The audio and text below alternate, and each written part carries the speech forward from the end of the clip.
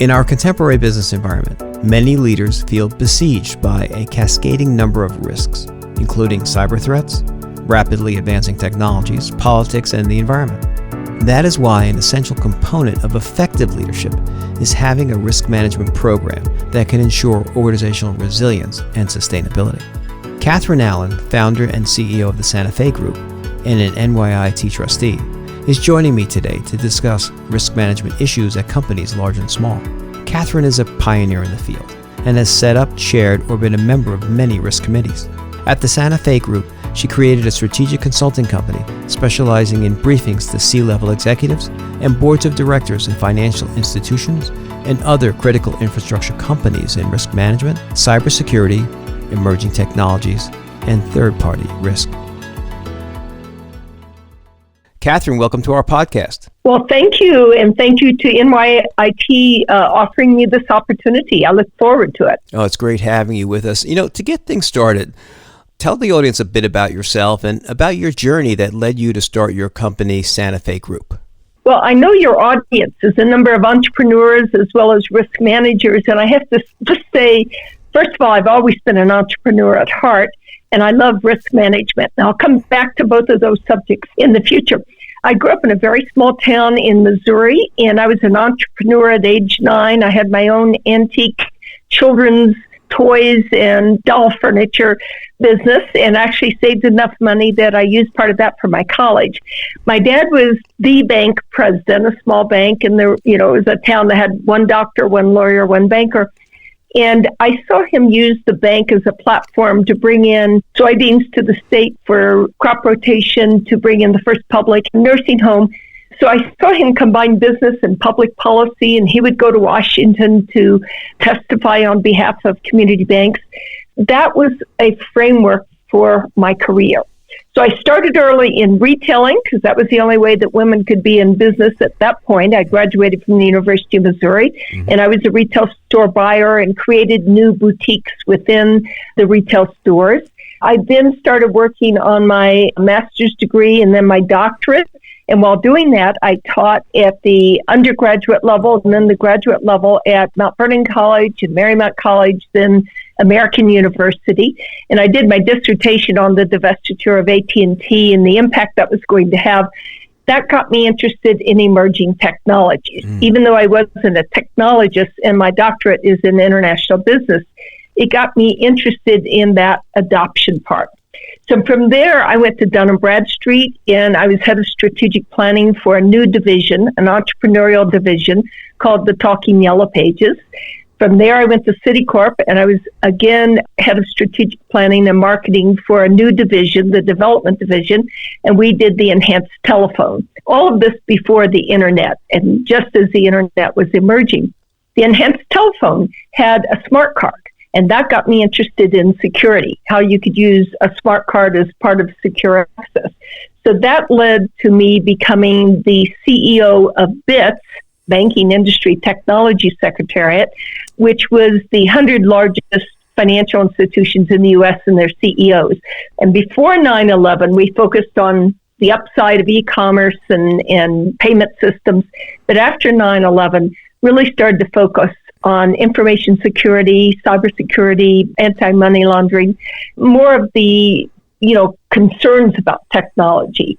And that led me to start my company, the Santa Fe Group, Shared Assessments, which became sort of the go-to place for third-party risk management and cybersecurity. And I ran it like a trade association. So we have about 400 corporate members. I sold it a year and a half ago to OneStrust in Atlanta, but I'm still the chair of the board of that.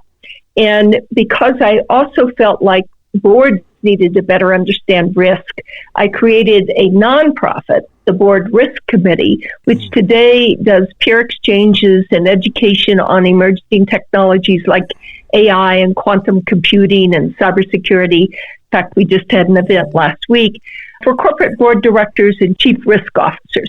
So I've kind of kept my toe in technology, emerging technologies all the way through, but I also have looked at governance principles and how to bring people along to adopt and understand both the opportunities and the risks of those technologies. Fast forward today, I have the board risk committee. I sit on corporate, public, and nonprofit and private boards, and on the side write books. Wow. What seems to be the common thread throughout what you just described was how your thinking and your business focus evolved as technology evolved. And we'll use the term risk as risks evolved. And that you brought that in to make your offering as an organization, as the Santa Fe Group, more encompassing and getting people to really begin to look at where risk comes from and where are the opportunities. And I noted that with the Santa Fe Group, it provides consulting services, and you brought them all together here now, the emerging technologies, the program execution, cybersecurity, and risk management. From a very high level, how are these areas impacting businesses today? Well, thank you for that observation, because it's true. One of my, I think, superpowers is I've been able to see things before others could see them, whether it was an opportunity or a risk, and then be able to logically bring people along with me to understand the impact of that. And that's what I'm doing. And, part of it's continuous learning, and part of it is reinventing yourself so that you're current with what the market needs. But today, and we'll come back to this, I'm sure, I think AI is the next most transformative technology that we've faced since the internet, and it's happening much faster. So in the next 2 years, I believe AI is going to impact every aspect of the business, every process function, every third party that provides services.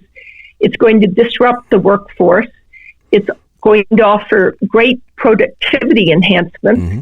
It's going to create more time to do more creative things. It's got a lot of growing pains. And I see the two major risks are the workforce disruption and also the disinformation, because the ChatGPT or any generative AI is only as good as the information that's put in. And you're not going to be able to rely on it until we find some way of not even regulating, but being able to be transparent about what went into the data and how you can use it. So AI is critically important to businesses, every business, from a strategic point of view and a risk point of view. Cybersecurity warfare is going to continue, and we'll see more and more use of cyber from nation states as well as bad actors. So every business needs to pay attention to that. Quantum computing is an example. By the end of next year, when NIST issues their recommendations or standards around this, I think you're going to start to see some breaks in some of the algorithms by the use of quantum computing. And then risk management has just become one of the 4 pillars of what corporate boards or any board of any organization needs to understand and look at, because the risks are cascading, they're coming at us faster. They're as diverse as reputational risk or geopolitical risk or compliance risk or talent management risk. And it's really a challenge because of the velocity of change. I think that's spot on. And while we hear a lot about risk management, I think major corporations indeed are focused on it. But still, there are a lot of small and mid-sized company leaders that tend not to have a formal approach, which exposes them to uncertainty and turbulence. I think they underestimate how macroeconomic conditions and even cyber threats impact them and their customers. Can you clearly define what we mean by risk management? Some typical process steps that are utilized to identify, assess, and mitigate? And what are the critical aspects leaders, even in mid-sized and small businesses, what should they be focused on? An excellent question and observation. Yes, oftentimes the small to medium-sized businesses are actually the targets of hackers because it's the least resistance. They generally don't have the resources to be as secure as sometimes the larger companies that they work with. And that's what we call third parties, where you've outsourced something from a larger company. Your point of vulnerability may be that small business just because they don't have either the resources or the knowledge. But a typical way to approach risk is, first of all, to know what risks there are, to have someone work with you to say there are known and then there's unknown risk or less probable risk, but just to list them out.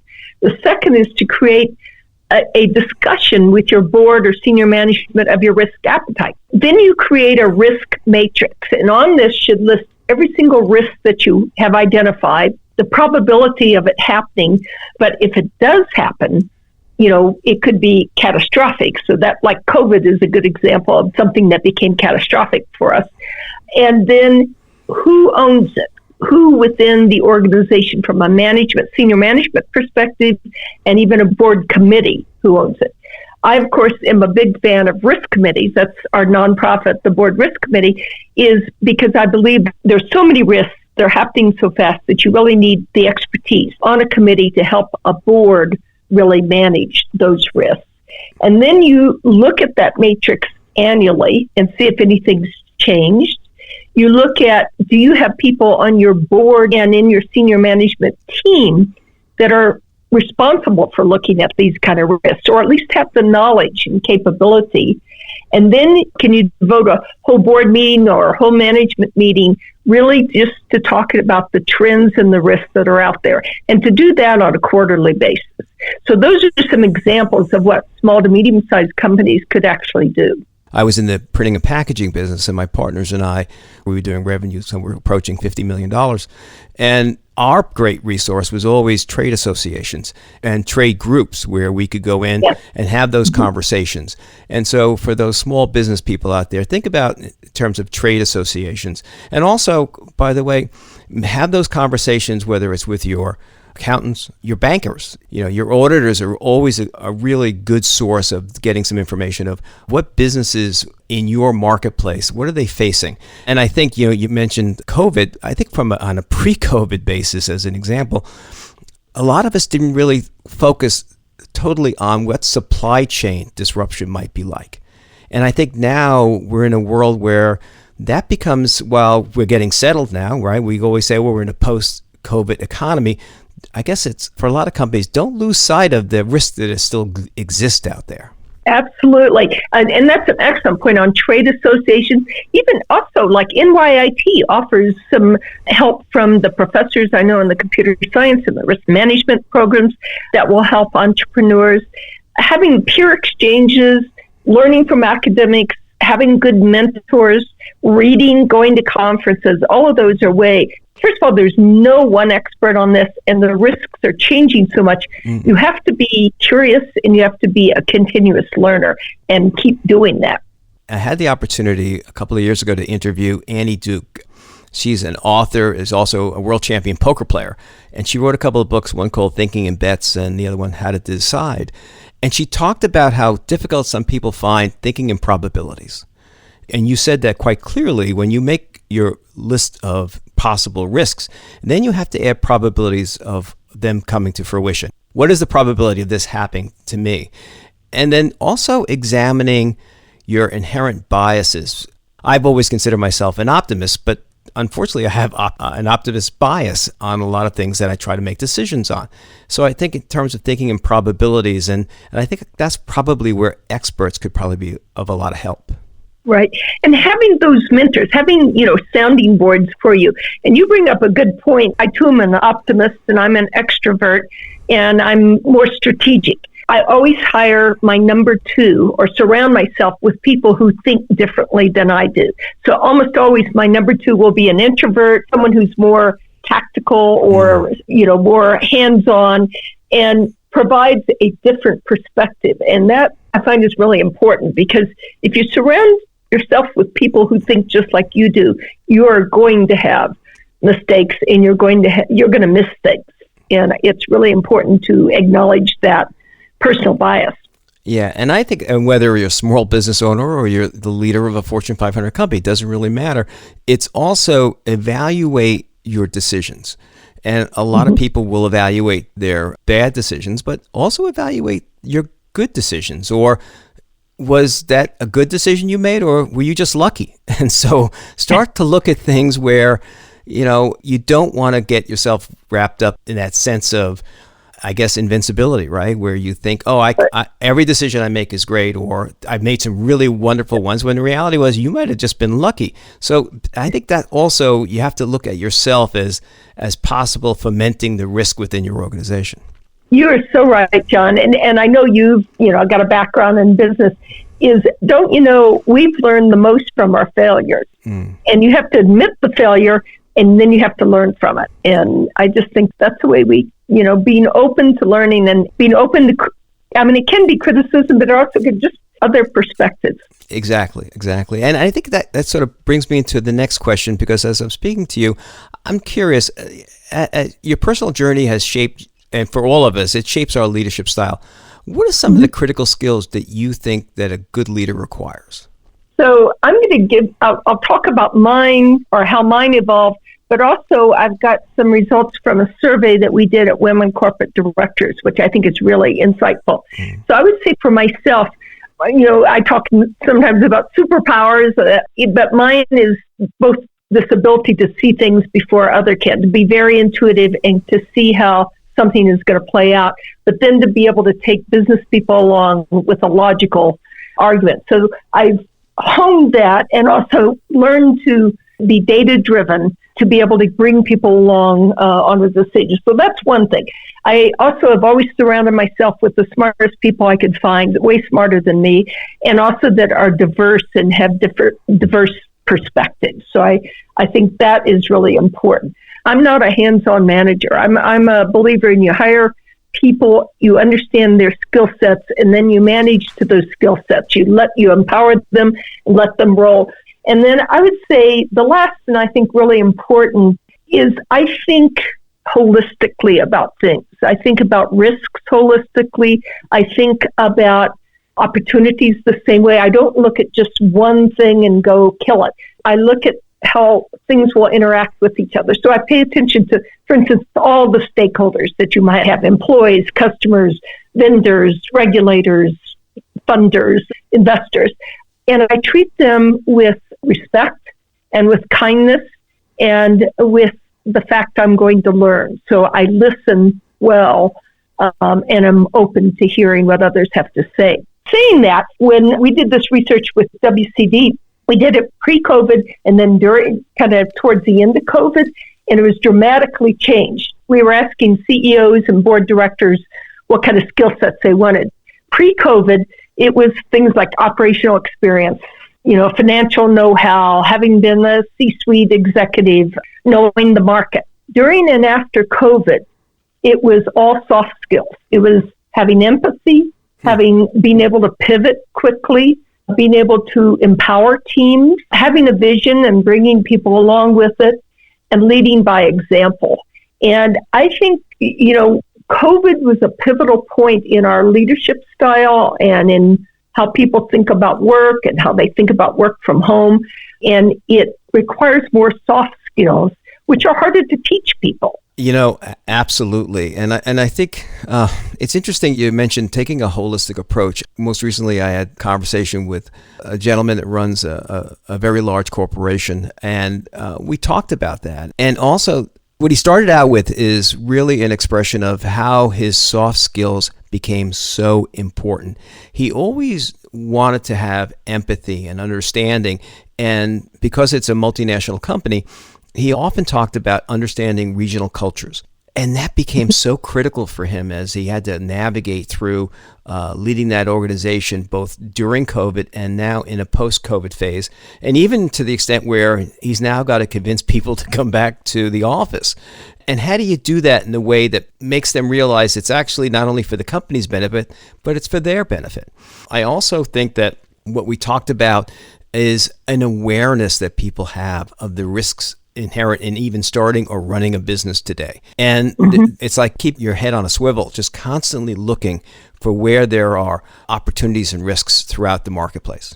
Yep, absolutely. I'm going to come back to one more skill set or attribute that I think is important. And I'm going to ask you the same question about what you're hearing about this. I think trust, integrity, and trust are going to be the key words going forward. And that is because of the disinformation that's going to come from AI, the deep fakes. I worry about this upcoming election. But even already with the Israeli-Gaza war, there's so much disinformation and false pictures and things like that coming out. So people don't know who to trust, and they don't trust in the traditional institutions because that's been eroded. So how you as a business create that trust with your customers and your stakeholders, and you maintain that trust. You've got to do the right job. If you do something wrong, you've got to apologize and make good on it. It's an elusive skill or attribute, but I think it's important. Are you seeing that also, John? Absolutely. And one of the things that was so critical to us was being honest, being truthful, owning a problem. I can't tell you what that means to a customer when you're on the phone and say, I know I've been telling you for the last 3 weeks we're going to make a delivery. We're going to be late. And here's the reasons why, and here's how we're going to fix it, and here's how it won't happen again. And empower, not just from my standpoint as an executive in the company, but empower the frontline people to have those honest conversations. That's where you build trust. Trust is through honesty and follow through on what you say and what you do. And the importance of that builds relationship. In our industry, we often said in the printing business, it's a very intimate relationship because a lot of your customers are sharing forecasts and what it is they'll be doing next season. And they trust in you that you keep that secret and that you're going to work as best as you can to fulfill their requirements based on their expectations.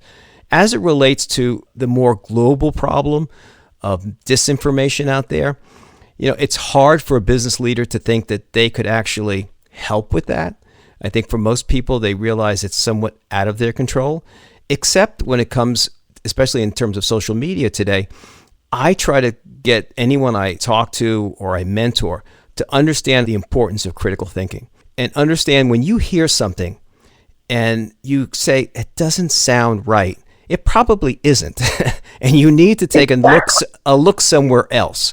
And then, as any good news organization, they will go out and they'll verify that through a variety of sources. Well, the same thing happens with news or what we see or hear. So we just have to start to learn to think critically about things. I totally agree with you. And, with deep fakes, it can, and it's already happening, where you've seen President Biden but saying something that he didn't say, and he wasn't even in that place.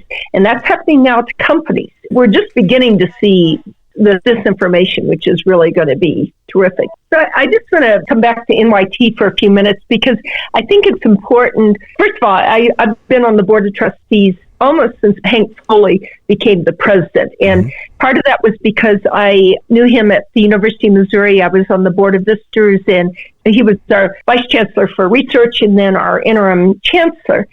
And he was there at a time when we had some issues. And Dr. Foley, it was his integrity and his honesty and his leadership that brought that whole, the whole school back together, brought the students, both the black and the white students, to work together. He listened. He used all of those soft skills that really brought us back to a great place. But when he came to NYIT, he asked me if I would be interested in being on the board. I was honored to do so. I wouldn't have done it had I not known, the character of the person and what he was capable of doing. And I think going back to our point on trust, it's so critical on relationships that you put together. And I think Dr. Foley is a good example of the kind of leaders that we need. I just wanted to mention that. I think you're spot on with that, and I think Dr. Foley's done a fantastic job of that. What advice do you have for aspiring entrepreneurs? Well, and part of this is going to come, again, from my failures or my learning. Number one, and I did do this the right way, find the right mentors and sponsors. And they're two different things. A mentor is somebody that helps you with a specific problem, or that can, maybe they help you with a legal issue, or they might help you about a personnel issue. A sponsor is somebody who really takes you along with them. It might be a venture capitalist or a private equity person. In a corporation, it might be your boss, but it might be somebody else in the organization but sees your talent and brings you along with them. And so most of my mentors and sponsors were men, but I found people who were truly interested in helping me grow and learn. So that's the first thing. The second that I was a total failure at, I did not understand funding. I didn't understand Series A, B, private equity. And had I known that, I think I could have built my business in a different way than I did. I'm happy with the way it happened and what I sold it for, but I just didn't know that. I didn't have any of that entrepreneurial funding, venture capital, private equity. And as an entrepreneur, before you ever go to get funding from anybody except for a bank that's a loan, you better understand that. Better understand the pros and cons of private equity and venture capital and how you get funding and what it means and loss of control and things like that. A third is be able to pivot, watching the trends. And, so I've pivoted in, the Santa Fe group alone, which was from, at first I was a consultant on emerging technologies, and then I was managing bits and really the financial sector. And then I moved to third-party risk management as I saw there was a gap there. And now I've started this board risk committee. So being aware and listening to your stakeholders and your customers and what you need. And then lastly, I would say understanding that your business model, don't be so wedded to your business model because you may have to change it. Catherine, so last question. What one word describes who you are? Well, I have to use two. What I would say, sorry about that. I'm an empathetic visionary. Okay. I'm a visionary, as I've said. I see things before others oftentimes. But to me, the adjective empathetic means that I also take into consideration human nature. Very good. Very good. And innovator, obviously, you're always seeing the impact of technology. And then to some extent, I guess you could apply that to how you've evolved the business, right? Where you've got a chance to see and then you evolve accordingly. That's wonderful. Catherine, thank you so much for joining us today. I really appreciate it. And thanks. I'm sure everyone's going to thank you for the insights that you provided. Well, thank you. I've enjoyed the discussion, and I just think this is wonderful what you're doing for NYIT and for entrepreneurs. And so I'm happy to help in any time in the future. But thank you so much. I've enjoyed our conversation. Thanks, Catherine. During our interview, Catherine pointed to critical risk concerns related to cybersecurity, quantum computing, geopolitics, and the velocity of technological change. She also highlighted AI, artificial intelligence, as offering significant risks and opportunities. AI's potential for productivity improvements throughout an organization and supporting innovation is widely recognized. However, so is AI's potential for workforce disruption and its use as a disinformation generator. This led to a discussion of managing in an age of disinformation and fake imagery. It is therefore important for leaders to build trust with all stakeholders to create a strong position for countering disinformation. Catherine called cybersecurity a significant risk exposure confronting small and medium-sized businesses. She noted that such companies are often the targets of hackers because they generally don't have the resources to be as secure as many of the larger companies they do business with.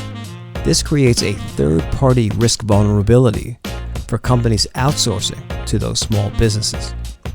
Catherine strongly advocates for creating a risk committee that runs through the process of identifying, analyzing, and creating risk mitigation plans, as well as assigning risk responsibilities.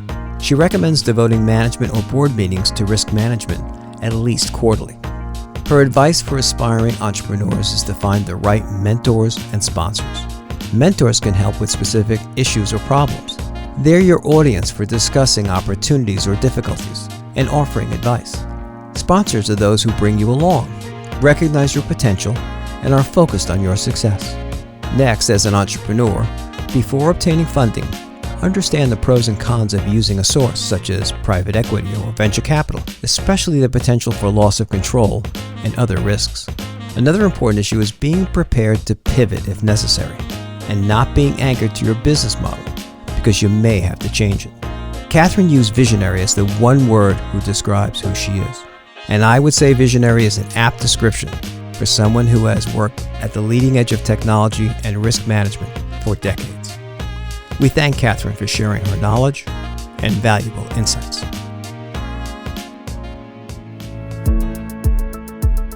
This podcast is executive produced by John Rebecchi and New York Institute of Technology in conjunction with the School of Management and the Office of Strategic Communications and External Affairs.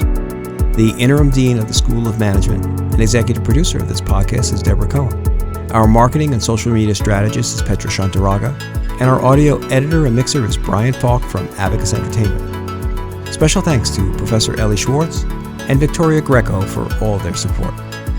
Until next time.